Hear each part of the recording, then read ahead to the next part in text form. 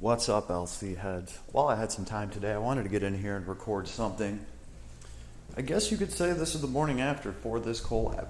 And, well, we've had a lot of videos and content out about Joker, right? It is the hero that Ada's kind of featured. Many people made vids on him, just kind of pre-game strategy, looking over the stats that they did show us, the different abilities, the hit counts.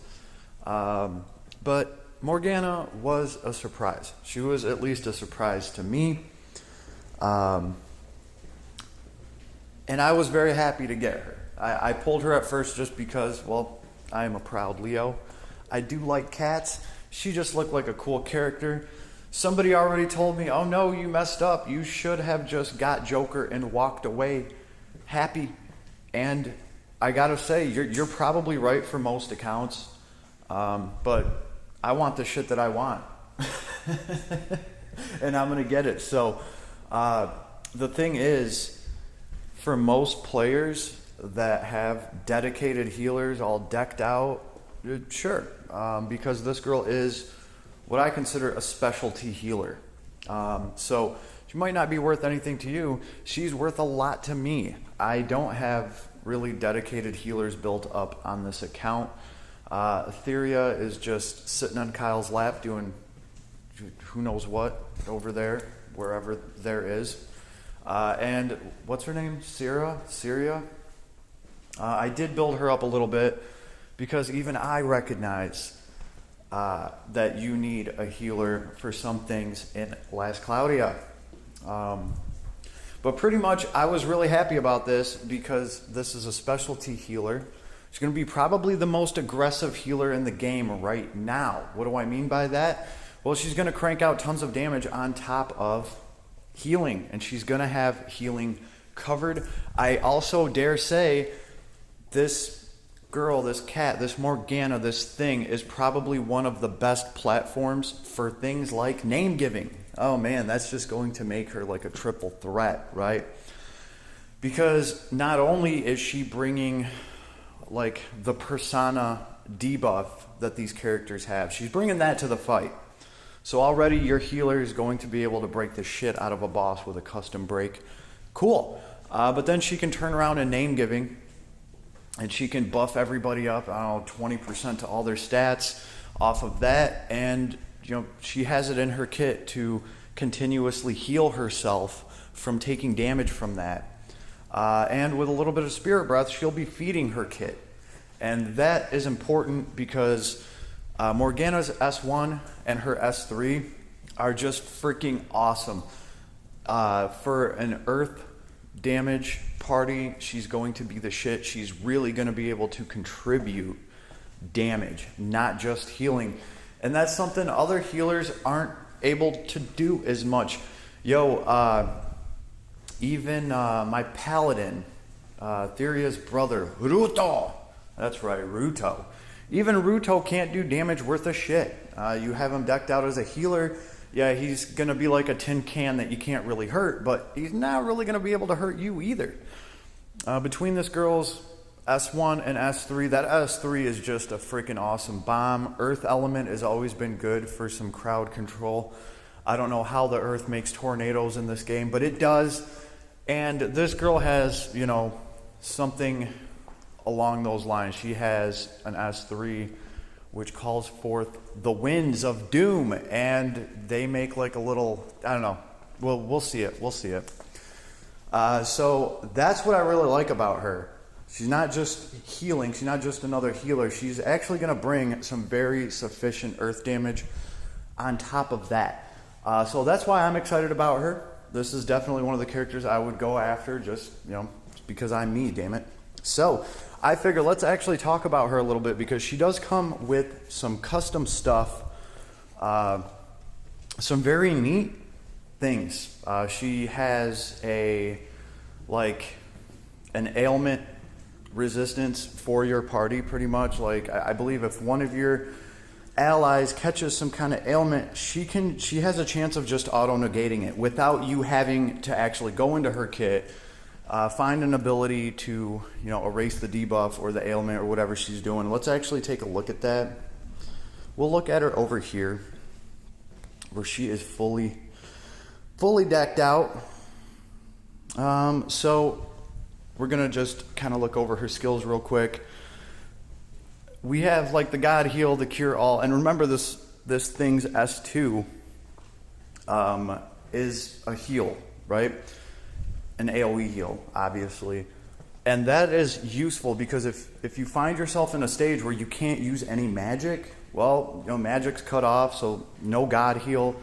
She's still just going to be able to drop her S2 and heal with that. And if she runs out of S2s, she can start burning MP to drop more S2s. So you can just spam that whether or not you can use magic or not. So she has you covered there.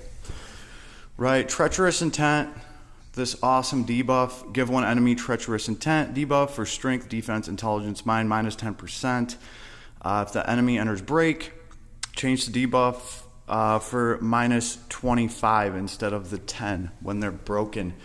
That's awesome. The whole party is going to do more damage to, you know, a broken enemy with Treacherous Intent, right? We have some magic up and stuff like that.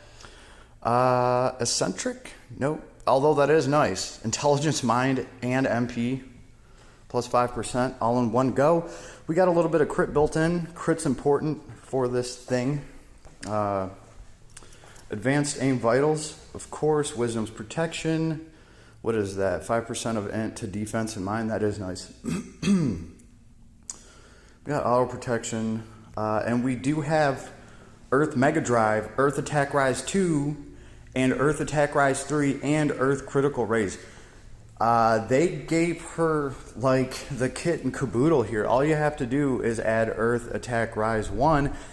Good, because that's the cheapest one to get. Having Attack Rise 2 and 3, you know, that's like damn near 30 SC of damage up for Earth, right? And then of course Earth Critical Rise. Talk about the cherry on top. This is going to generate great damage. Great damage just from having these in here. And Wind Amp. Great, one more. Earth attack damage 30%. And Earth damage cap 5,000. Wind Amp's the shit. You're getting a nice 30% more to your damage. And your damage cap another 5k. Can't wait till we can someday get Wind Amp and start teaching it to other people. Speaking of Wind Amp, Earth Engineer Lilibet, her paid weapon is actually it's in the alchemy shop. You can actually work on it. So they're actually giving us paid weapons that now we can add on to. So I guess Earth Lilibet, you know, if you really like her, you can go work on her engineer sword and, you know, get some higher stats on it. Just figured I'd throw that out there because I did see that and I was like, ooh. So, yeah, Wind Amp, Sacred Guardian, just nice to have. It's going to make this thing's healing magic just that much more potent, and cast speed plus 50%. She's going to be casting just about as fast as she can throw that S2 real quick, right? We have Goddess Kiss, of course, so this thing can keep itself fed as far as MP goes. We'll try to showcase that a little bit because I'm going to try to take her into a God level. She's got like 80, no, she's got like 62 SC.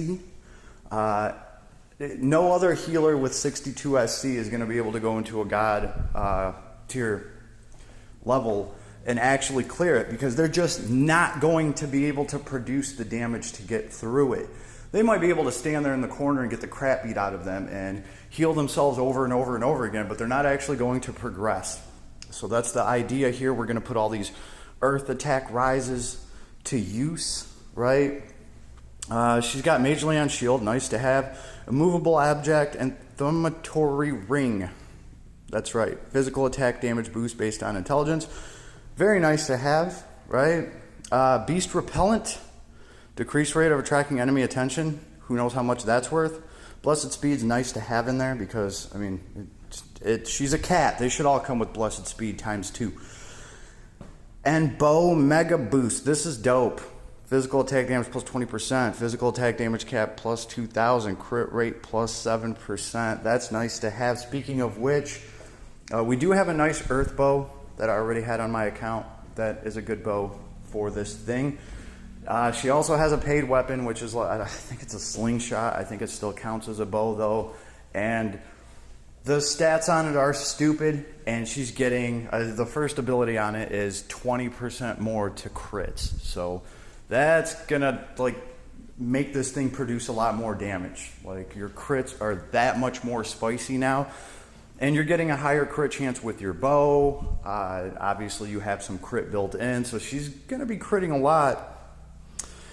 Of course we have skill charge 3 to get that freaking bomb off. Love that thing. We have decoy, and here we get to some of the fun stuff that I was talking about. Snap out of it. When another ally unit gets a basic status ailment, chance to heal it, just boom, denied.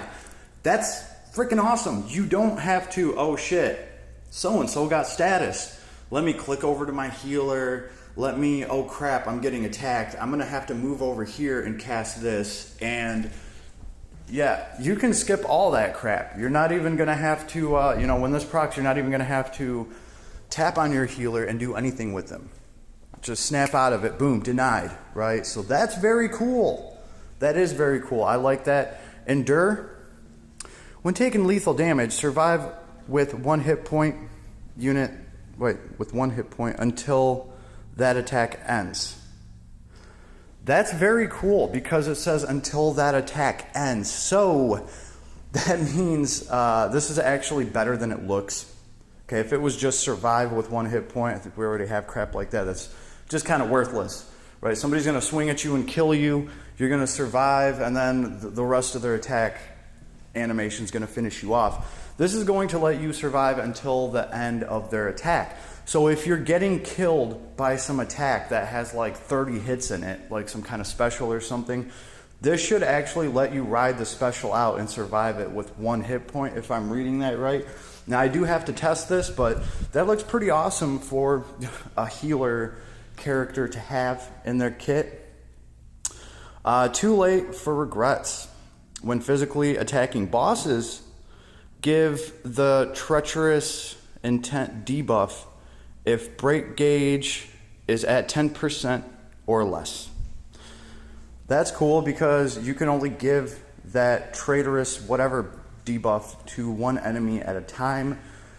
This potentially lets you target some enemy that's not the boss, maybe some healer or something, and after you kill that thing and get it out of the way, as soon as you break the boss, it's like letting you reapply your what's it called? Treacherous intent. It lets you reapply treacherous intent to whatever just got broken or whatever is about to break. Because as soon as that boss's break bar is down to like 10%, boom, treacherous intent, and now you are taking way more damage, right? And then my turn now. When critically attacking, this is why crit is important. When critically attacking non-boss enemies with treacherous intent, debuff, change debuff to a loss debuff. Damage to enemies with loss debuff plus 50%. So that's pretty awesome. Non-boss enemies with treacherous intent debuff. Change the debuff. So yeah, you're going to put that treacherous intent debuff on an enemy, boom. And then when you critically hit them, when critically attacking, which is going to be pretty damn instant, boom, they're going to start taking 50% more damage. So that is pretty awesome. And that can be set off by a crit, apparently. This all looks good. All this stuff looks good. Definitely, I think there's enough of a potent kit there for Earth for this thing to actually produce some major effing damage, right? So let's actually see what she can do. Let's go to the world map. We're going to go straight into a god tier level. Mine only has 60 SC, and I'll be honest, just so that this didn't take forever, I think I did put Soldier Slayer or Night Slayer, just so that we weren't in there all day chipping away.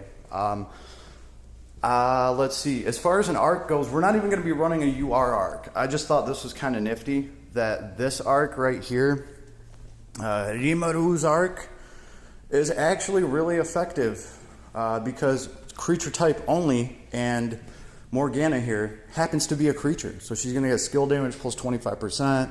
She's going to become a god type. Silence curse resist +1, which is nice. And for each monster, that doesn't really matter. We're not going to be stacking damage cap because we're not taking monsters with us. So here we go.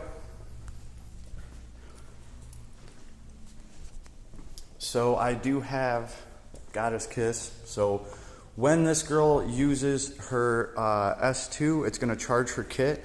So I will be using that. I also did bring Weaken just to maybe hurry this along a little bit. I think on the last wave there's just like a bunch of soldiers. So who do we want to target first? Let's get rid of one of these sorcerers. Or no, this medic. We'll just get rid of the medic. So treacherous intent. I'm coming for that ass. I'm going to want to save the S3 until they're all kind of bunched up. Here's the S1. They're all together. S3. I love that. That's absolutely awesome. It looks like one of them's about to die already. Oh man. I tried running this a while ago before I had all the earth attack stuff unlocked.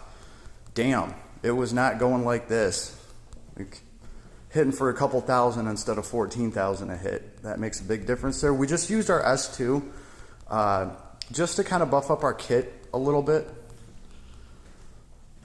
So another thing, there's that S2, 7,000 hit points at a time. Not bad AoE healing. And we'll just finish this fool off. All right. Another thing I have is when our S4 is full, we're going to get 30% more to our strength. I'll drop the S4 at the very end anyway, just so we can, it's very cartoony, very Persona-ish. All right, we have all soldiers here. So we'll just treacherous intent the very first one. Let's take a look at our stats here. Nothing crazy. We have 1,700 strength. We should get over 2,100 as soon as our S4, our special procs. So let's start throwing some S1s. And this is what other healers just aren't going to be able to do. Like, this is just absurd. Look at this. And then an S3. Oh, and I was going to try to drop the other S3, but it just didn't even matter. We're spamming 25,000 damage all over the damn place. Get to that. We have our S4 charged. So we're at 2264 strength, right? And we started running. We're gonna run away. We're gonna treacherous intent. What do we got? A soldier here. So the idea here is not to just go for the boss, right? Because as soon as his break bar goes down, he'll get treacherous intent on him automatically. So let's just, oh, there's a medic. Yeah, we're gonna go ahead and go after this medic, right? And since everybody's kind of gathered around, let's throw our S3. Oh, and that other one just walked into it. Poor fool. And we'll just harass him with our S1. Another S3 when they're all around. S3. We'll drop an S2 to get some of our kit back. Very nice. And we got another S3 to throw. I love that. It hurts everybody so bad. It also ties them up. And, you know, just like the Lord of Ruins S3, even like it's very hard to interrupt. That's what's cool about it. Oh no, we're low on health. No Proud Force here. We will just use our S2, no problem. And we get all our MP back instantly. From the basic attacks this thing does. So we'll heal again. Get a couple of our S1s. That damn healer of theirs should be just about done. S3 is going to hit everybody because they're all bunched up. Alright, so the healer's dead. I'm thinking, you know, we might not even be able to break this boss. We might just kill him before that even happens. So since we're just about there, why not actually use our S4 so we can talk about it. It's a pretty nifty little thing. It's cartoony. It's kind of funny. Let's heal up. Now, the paid accessory this character has gives you a chance to crit with your S4. Since I don't have that, I'm just taking an ability that is letting me increase my strength and do all my skills more damage when my S4 is charged, and I just kind of hold on to it, right? Because it's just spamming damage, but we do go back down to 1742 strength instead of being at almost 22, right? So our abilities are going to do a little bit less, but it's not going to matter. Not going to matter. This dude's toast. So like I said, we finally got stunned. We finally got stunned. I did put a little bit of stun resistance with one of the items that we just crafted. I forget what it's called, but it's like giving you haste when the fight starts, which is nice. And it also has stun resistance on it, but it's all good. This guy's not going to be able to do enough damage to hurt us. We will just heal all of it. I also enjoy how this animation, this thing shows up behind him. I don't know what that's all about, that thing. Obviously, maybe something from Persona. But I just think it's pretty cool. So, very nice. I can understand why they didn't lead with this character, because a lot of people are going to be like, it's a healer. Who cares? I'm draped up and dripped out with healers. It's all good. But for someone like me, this is actually a pretty exciting character. So I dig it. I'm going to work on this thing and see what you can do with it. I'm sure there's probably something cheesy you can do with this cat that I haven't even found out yet.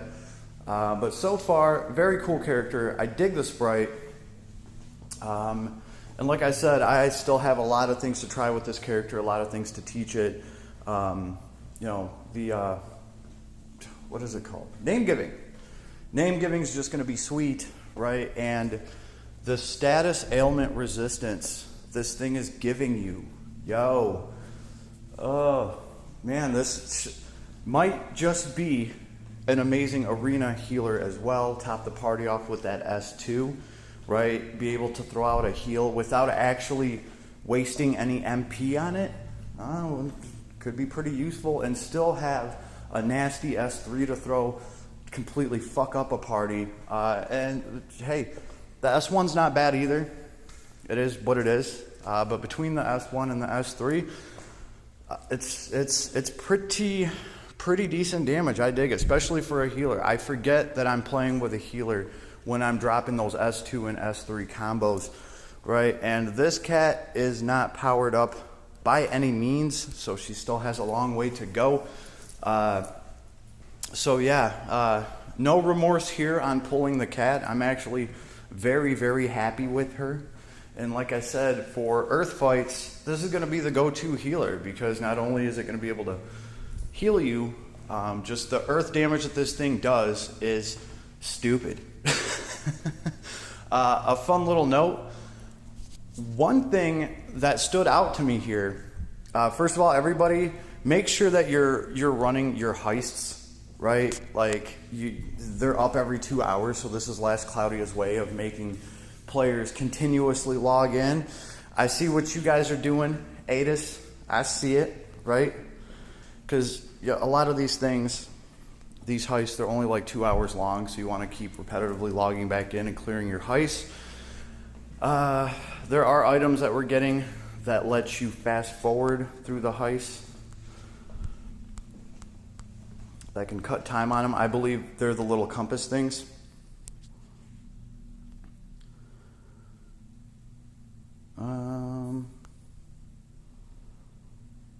So I can start this heist, and then I can fast heist.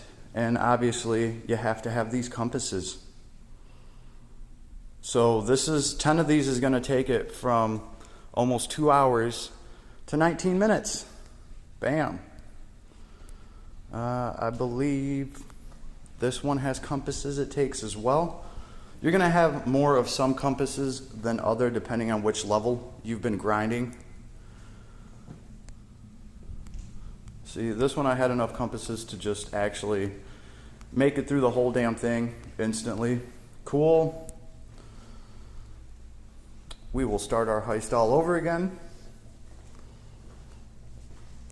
And this last one, I think we should have plenty of the compasses for the last one. Yeah, we got 68 of those. So it takes 12 to just, bam, make it through the heist. We were super ultra successful here, right? I also put the best party that I had with the actual bonus characters in it for this one, and I concentrated on, you know, running that level over and over again. That gave me those compasses. So this party that has all the bonuses is going to be able to fast clear everything the most. So that was the idea, and it is paying off. So yay, look at all that. Keys to the city, damn it. Are these keys? Red cube unlocker. Yeah. So that's, I think, the best way to go here. Just be cautious, or not cautious, but mindful of which compasses you're accumulating, and make sure to get all these, because this is a big part of the persona thing. But the point I was making is, with all these damn dirty heists going on and us stealing everything and being goddamn robbers, right? None of these characters so far have any steal mechanic in them. None. So, do we have a thief coming? Do we have another limited rogue dropping? Maybe in a week. I'm actually surprised. Why didn't the cat get a steal ability? Would have been the the best rogue healer that we could have had, right? Take your rogues to a harder difficulty. Bring an actual rogue healer with them that can help with treasure hunt or item steal or whatever, and still provide healing and support. That would have been cool. I think that would have given some more value to the cat, right? And I mean, why wouldn't they give it to the cat? I don't know. Maybe missed opportunity there. I'll say it's a missed opportunity if this entire collab, meaning part 2 as well, does not yield a character that actually is a thief. So that's what I'm gonna say. We should have, if this whole thing is centered around heists and stealing and whatever, we should have one damn character in here that has some kind of treasure hunt, something like If You Agree. And hey, we do have 2 more characters coming, it looks like, from the posters and stuff.